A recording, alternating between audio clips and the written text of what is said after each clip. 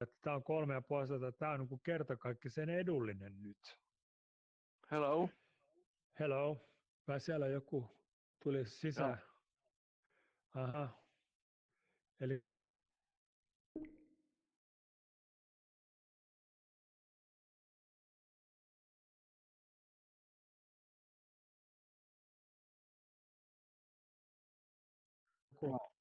kato siellä joku Bitframe.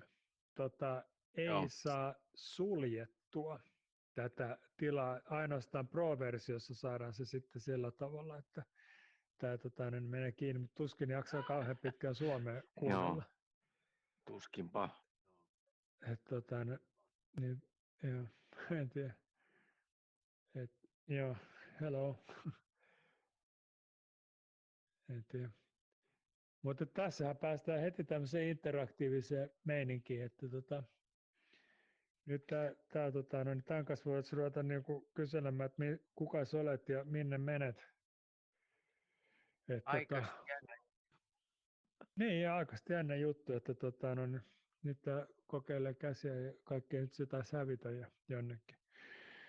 Mutta sitten tosiaan, jos vaikka taas tosiaan tämmöinen kielikurssi, niin tässä voisi olla kaikkia niin kuin maailman ihmisiä istuskelemassa tuoleilla ja ruvettaisiin niin kuin vaihtaa kokemuksia ja mistä päin sä oot ja kerro itsestäsi ja näin poispäin.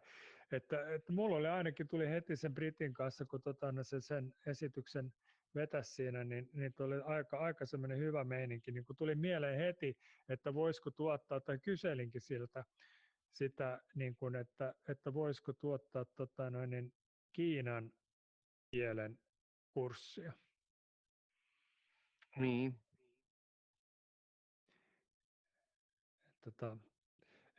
Siis semmoinen sisältötuotanto sillä tavalla, sitten se voisi ruveta tekemään. Mutta tämä niinku tosiaan, että jos olisi nyt sillä tavalla, että on Raulin saisi nyt niinku katsomaan tätä, onko se ollut yhteydessä? En mä ole Raulista mitään kuullut. Et mitään kuullut? No pisti sen viesti siihen kesätyöntekijöihin, että nyt pistetään koronan takia vähäksi aikaa seisomaan tämä juttu. Se oli niin kuin viesti enemmänkin niille, mutta en muuta hänestä mitään kuullut. Ja laittoi sen viesti siitä jostain hierontatuolista, mutta ei ole mitään muuta kuullut hänestä pitkään aikaa. Mutta tietysti nyt tarvitsisi saada nyt se käy mitä se?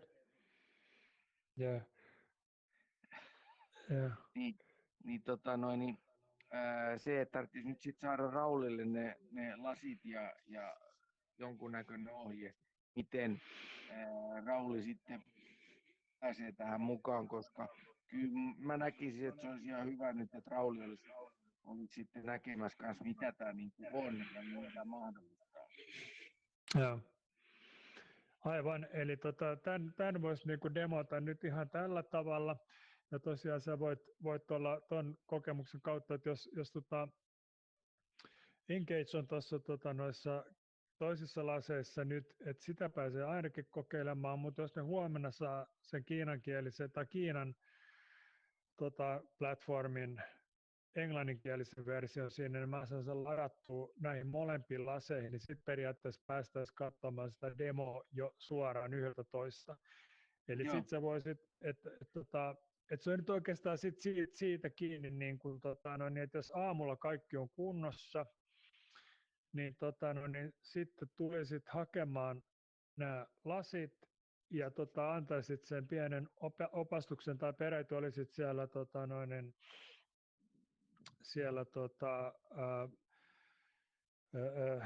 niin kuin Raulin luona tai missä se sitten olisikin, niin opastaisit ja näyttäisit sitten tämän homman ja sitten voitaisiin päästä tällä tavalla niin kuin eteenpäin. Mitä toi nyt tai tuohon pyöriin sitten? Hänellä on hauskaa ilmeisesti. Kyllä mä olisin, niin kuin, jos mä niin kuin ajattelisin Joo, hei vaan. Niin, häipyisin tämmöisestä tilasta ulos, jos mä olisin tullut johonkin toisten sessioon. Niin ja sitten se, että kun ei varmasti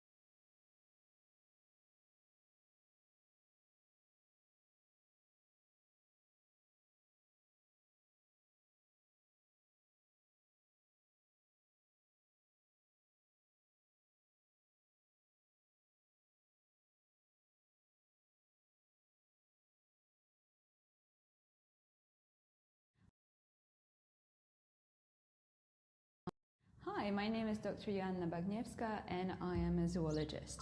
And today I'd like to talk to you about cats.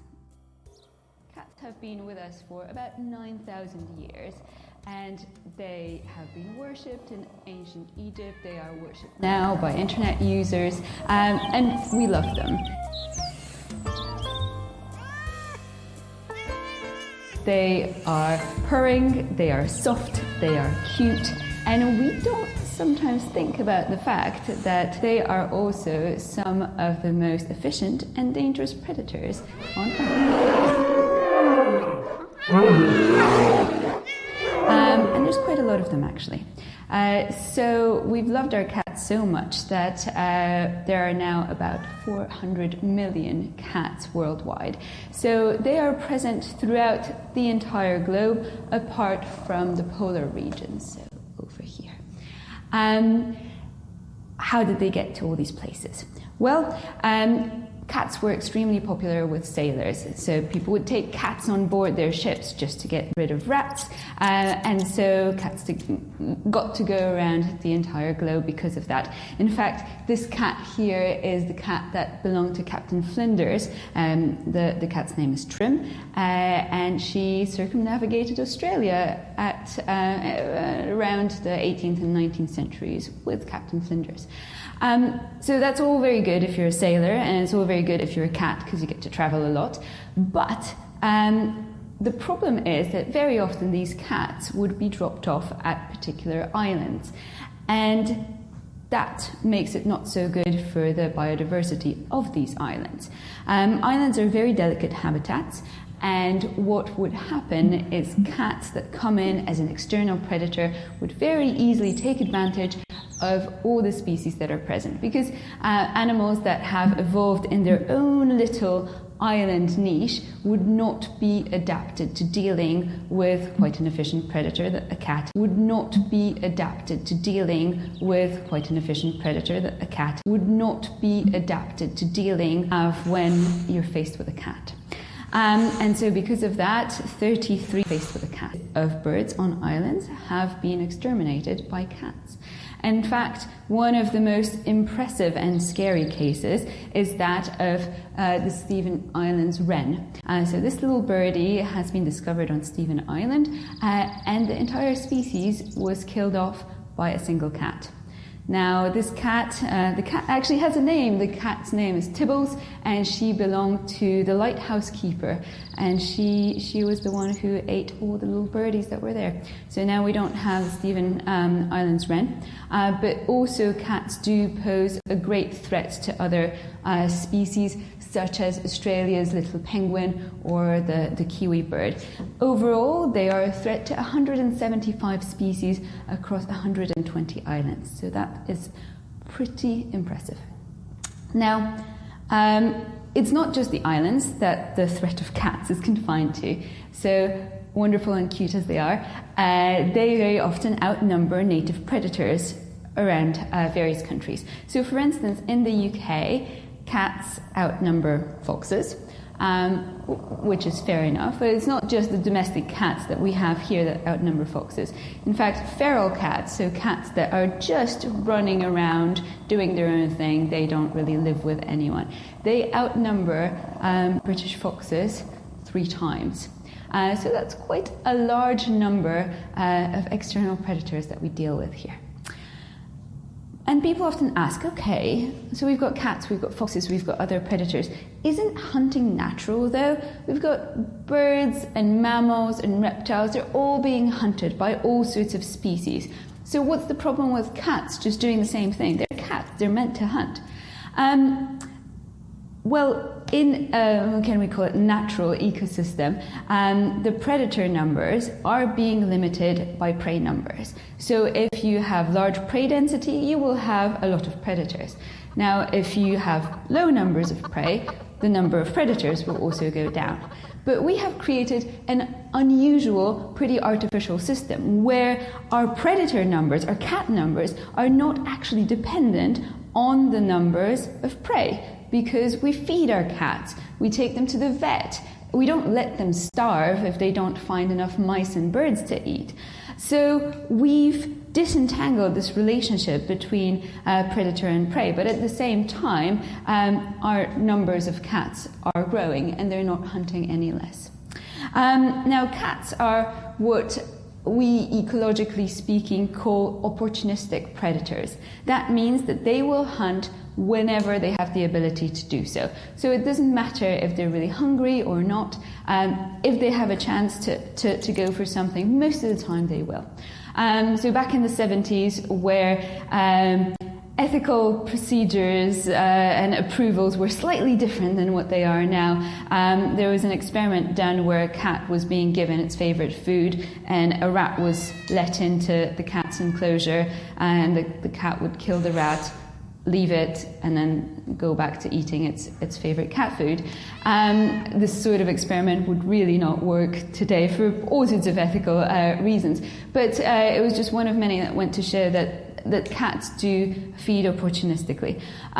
Also, it is to do with how they normally forage. So they're not like lions, which kill one big prey item once every few days and then just eat it for as long as it lasts. No, cats will feed on little things very often throughout the day. So if you have a cat and your cat looks like it's really picky because it only eats a mouthful every once in a while, it's not being picky, it's just being a cat. It's just, they don't have very large stomachs. They have little tidbits here and there. So we have this very powerful opportunistic predator. They eat a lot of animals, but they also create what is called the landscape of fear. So again, this is an ecological term where you have a predator that is present in a particular landscape. And even if it doesn't eat, let's say, little birds, the fact that it's around and it poses a threat reflects quite poorly on the fitness of the prey species. So how that works in practice is with great tits and blue tits and other small birds, in the presence of a cat, the parents would not go back to the nest often enough because they'd be afraid of exposing both themselves and the nest to the predator. The chicks would not get as much food as under other circumstances, and so their survival might be lowered. And so even if you have a cat that does not hunt explicitly, just because it's a predator and it could pose a threat, it has an impact on the prey around them. Okay, but what sort of numbers are we actually talking about here? So in the UK, we've got quite a few cats in cities. So more and more people come and live in the cities, and a lot of these people have cats. In fact, about a quarter of British households would have a cat, and per household, it's about a cat and a half on average. So the density of cats in Bristol would be over 200 cats per kilometre square. In Reading, over double that, so almost a wildlife rescue place and hope for the best. Unfortunately, Auckland, 67, and if you have a cat, maybe consider not letting it out. If it has to go out, at least lock it up during the night, because cats are nocturnal predators. They're very efficient at hunting at night.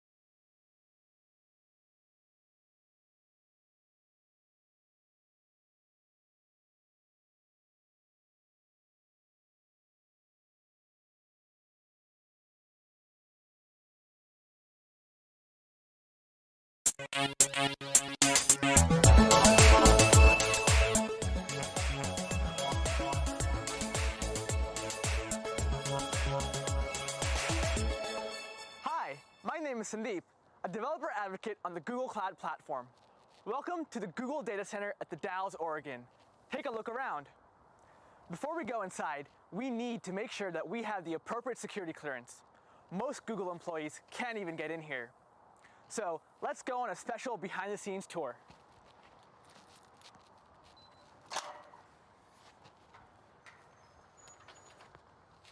I'm here with Noah from the Site Reliability Engineering team. Noah, can you tell us a little bit more about the SRE role at Google? Yeah, SREs write and maintain the software systems designed to keep our services running. So what happens if one of these systems goes down? We've designed our systems from the ground up to be able to handle any unexpected failures that might occur. We have highly redundant power, networking, and serving domains, so that even if we do lose an entire cluster, we're able to redirect those workloads and live migrate data in order to minimize any impact.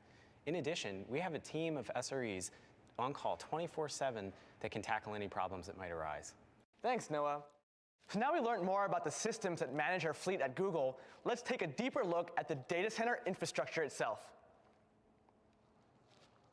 Welcome inside.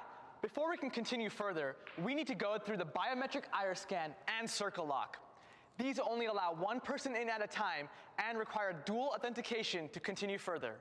I'll see you on the other side.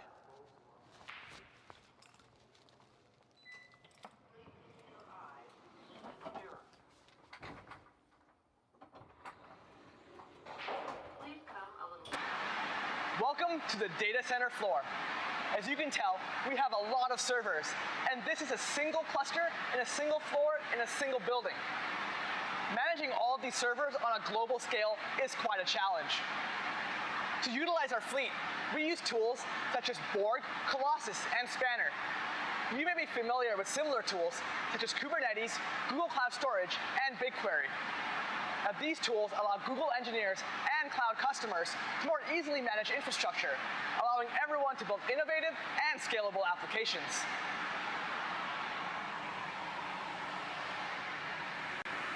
Here at Google, a lot of our infrastructure is custom-made. This gives us the flexibility and performance we need to run all of our services at scale. Oh, hey, it's Virginia, one of our network engineers. Hey, Sandy. Virginia, what are you working on today? Today I'm working with hardware ops to expand this data center network to deploy additional machines in this building. Our fleet is constantly growing to support new capacity for Google products and our cloud customers. That sounds like a lot of work to be constantly adding capacity around the globe. Well, we've designed our network so that this kind of capacity growth isn't very hard. Jupyter, our current data center network technology, is a hierarchical design using software-defined networking principles. So just like with our servers, we've abstracted away the specific details of our network and can manage them like they're software programs and data. Abstracting seems to be a common theme here at Google. I've also noticed a lot of fiber running in our data centers. That's right. A single building can support 75,000 machines and carry over 1 petabit per second of bandwidth, which is actually more than on the entire internet. Wow. This allows us to reliably access storage and compute resources with low latency and high throughput. So how is this data center connected to all our other data centers around the globe? Google runs V4, our own private, highly efficient backbone network, which is actually growing faster than our All of the hardware. In fact, when we started reporting our power usage effectiveness, or our PUE, in 2008, most other data centers were around 100%. Looking at actual clouds. We are 100% carbon neutral, actually. That's pretty cool. You know, it seems like Google builds reliability from the ground up, from the power and cooling all the way to the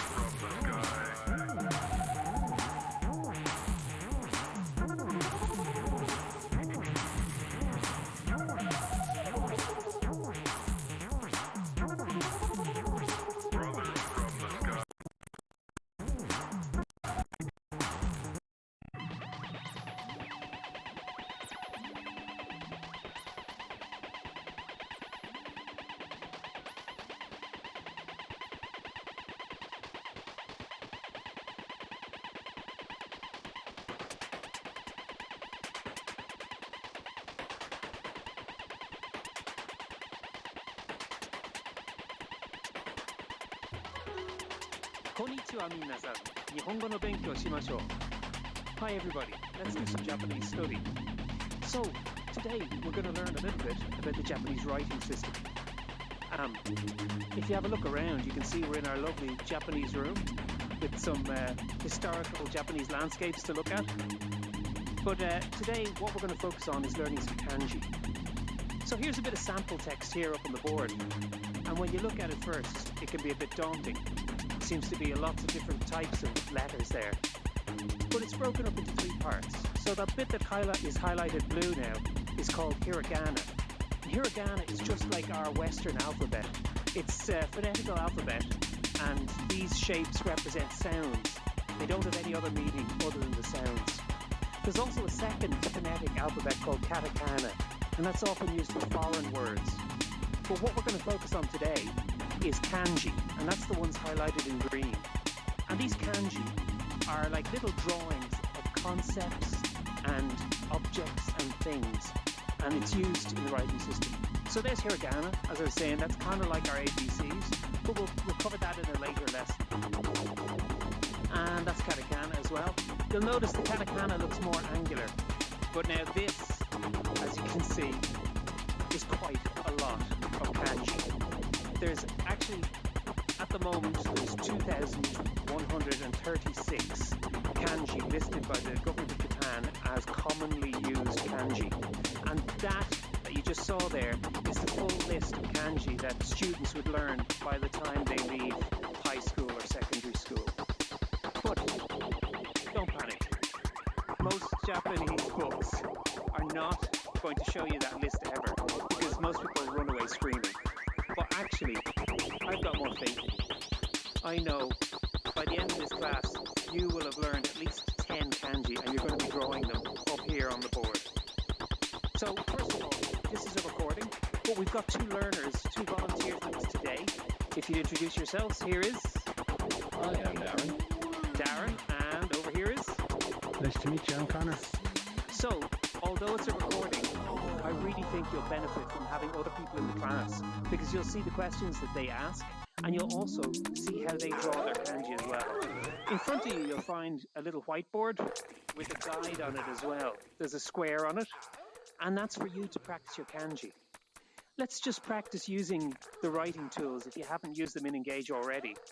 You'll find on your controller there's a trigger if you're on the Vive, or if you're on Oculus, and you simply hold the trigger, put your hand near the board, and you can draw lines like that.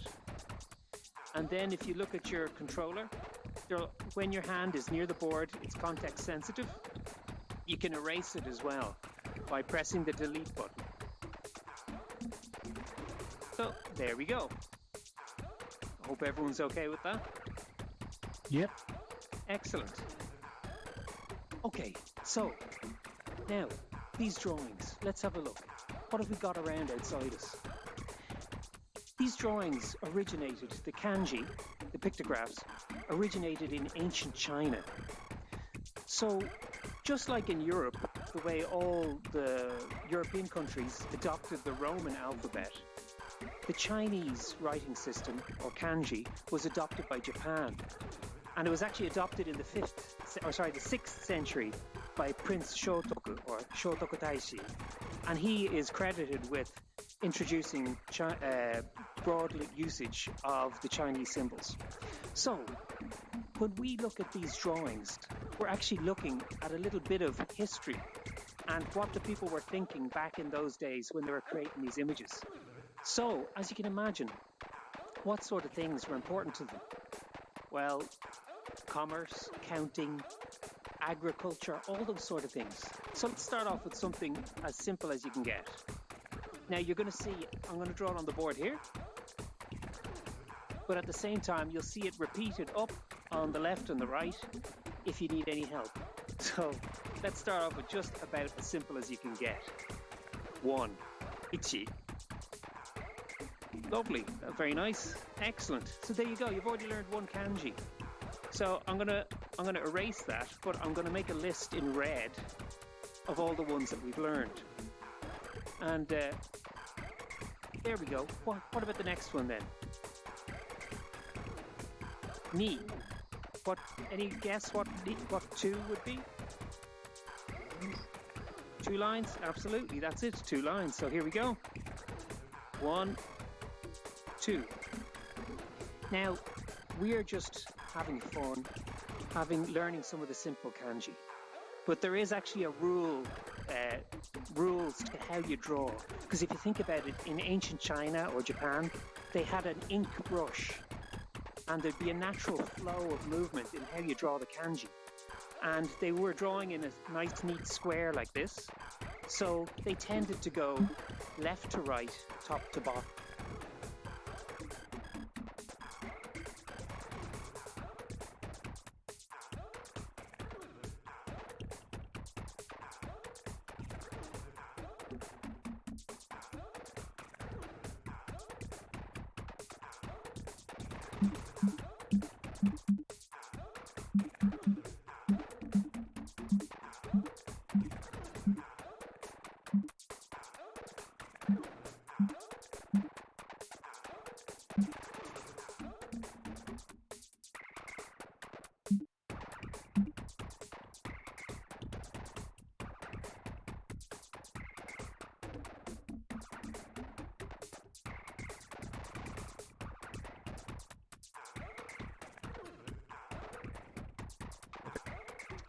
Okay. Hi, Okay. This is Paul Martin with Hewlett Packard. I'm hosting the panel XR in Education for GTC 2020 this year. We're doing a really cool thing this year. We're recording this in VR, thanks to the fine folks at Engage. And we're going to have the entire panel in VR, and you'll be able to attend it in VR and or by watching a video after the fact. So we have four very esteemed guests for this panel this year. We have Barb DeHart of Sama Learning. We have Rob Caddo from Full Sail University, Anson Ho from Microsoft, and Scott Greenwald with Free Space Lab and also with MIT. First up, we're going to have Barb talk about her solution, and I'll read a short bio here. So Barb is the CEO and co-founder of Sama Learning. Sama is developing a platform and marketplace for creation, validation, and distribution of virtual reality-based courses. Sama's VR learning platform, even in the earliest versions, is producing a full letter grade improvement in learning for first-year university students, and in some college classes, reducing the failure rate to 0, which is amazing. Barb also serves as an advisor to multiple media technology companies, as well as an incubator for women-led technology startups. She has extensive experience in product strategy and management, distribution and marketing, mergers and acquisitions, and is looking forward to our session today. So thank you, Barb. Thank you, Paul. Super happy to be here. I would like to take a little bit of time to introduce you to what we're doing at Sama. Why don't we just go ahead and start with the slides. Next slide. So we have a lot of challenges facing us in learning and education today, and VR is fortunately here and disrupting what's happening, and it's disrupting learning in all of the right ways. The first way is, of course, what spatial computing brings to us. Can we go back just one slide if we could? Spatial computing and everything that brings to us. And of course, in VR, we have the ability to visualize and to interact with abstract concepts in new and innovative ways. But also, we can couple that with education research and artificial intelligence. Can we go to the next slide? So one of the fortunate things we have access to is more than 50 years worth of education research. And that education research gives us not just insights or hints, but real proven practices that improve learning. Things like active learning. Charades try to communicate the word mouth, and you don't have a mouth as they did not in their avatars. It's difficult. So just to sort of caveat the whole thing. All right, so this video is exploratory learning in VR. You can use your hands and your body and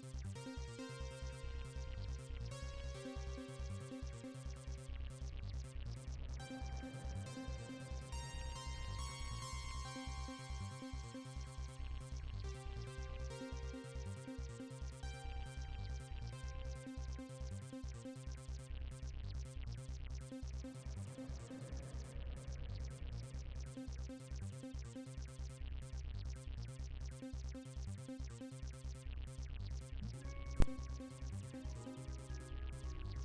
everybody, it's a pleasure to be here at the Vibe Ecosystem Conference, and a personal thank you to my dear friend Alvin for the invitation and for the work that he and HTC are doing to reinvent education. I named this talk "The Future is Faster Than You Think," which is my latest book, and really it's about education for the 21st century. My bias is that we are living during the most extraordinary time ever in human history. This is a time when each of us have access to more computational power, capital, knowledge than any time ever in human history, more than the heads of nations had just a couple of decades ago. The challenge is that none of us truly understand how fast the world is changing. And the reason for that is that our brains, the 100 billion neurons in our brains, 100 trillion synaptic connections, evolved for a different world. They evolved for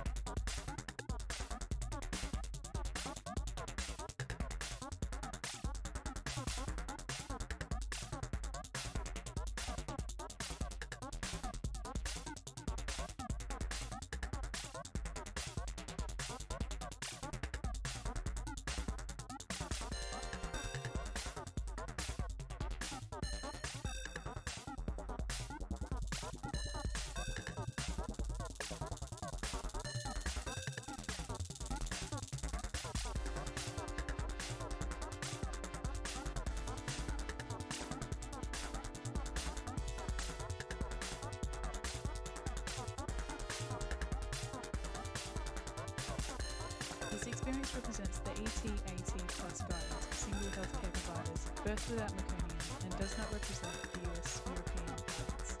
You can interact with objects and answer visual questions using your hand controls. You will be timed, and your final time will be displayed on screen at the end of the experience.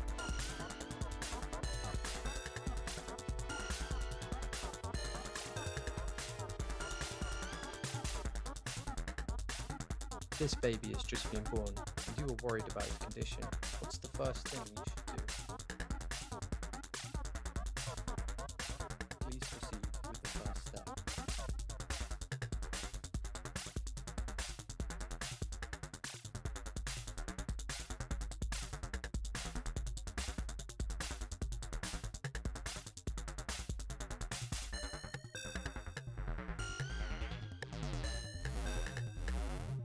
The first thing to do is to dry the baby thoroughly and rub its back to stimulate it. Please proceed with the first step.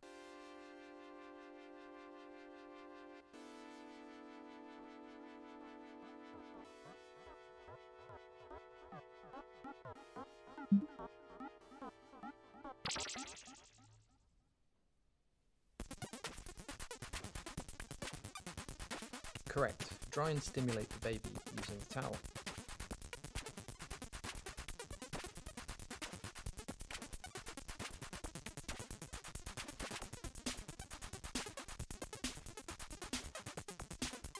You need to rub the baby's back to stimulate it. Turn the baby over and then rub the baby's back. Keep rubbing. You have dried and stimulated the baby. Now wrap him in a clean towel to keep him warm.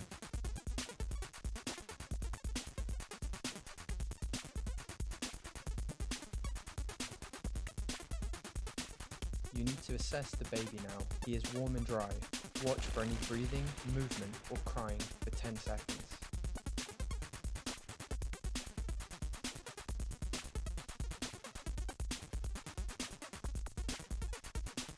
Do you see any breathing, movement, or crying? Correct. There is no breathing, movement, or crying. To open the airway, the baby's head needs to be neutral. Use your controllers to tilt the baby's head into this position.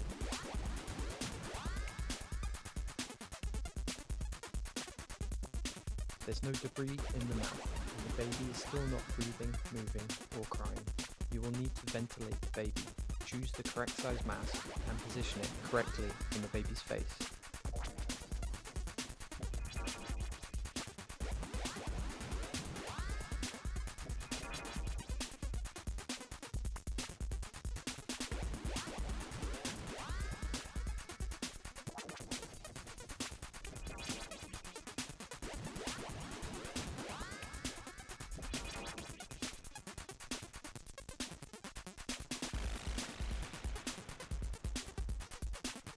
Incorrect. Please choose the correct size mask and position it correctly on the baby's face.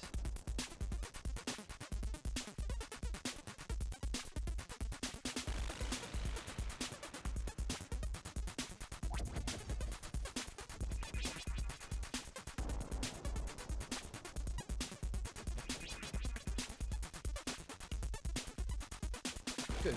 The baby needs to be ventilated now. Select the best technique from the options you can see. Incorrect. Please try again.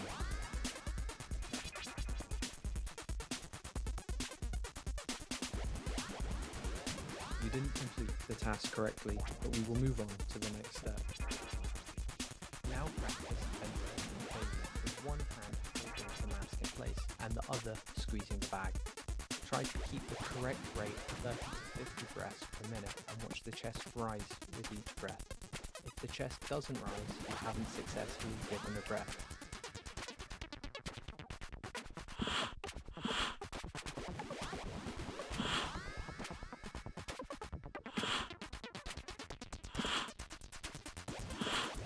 Too slow.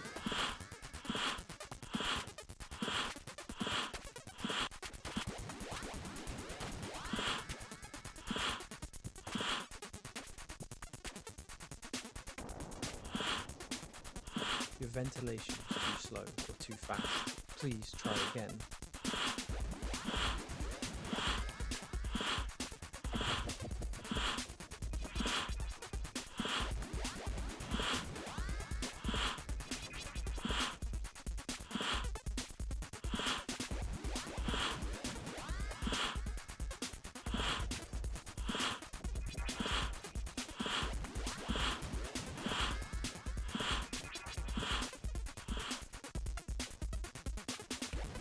Keep going, you're almost there.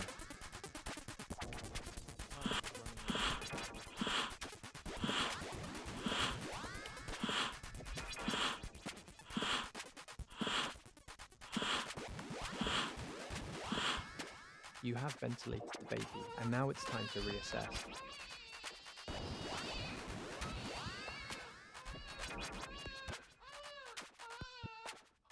The movement may be subtle. Please reassess the baby.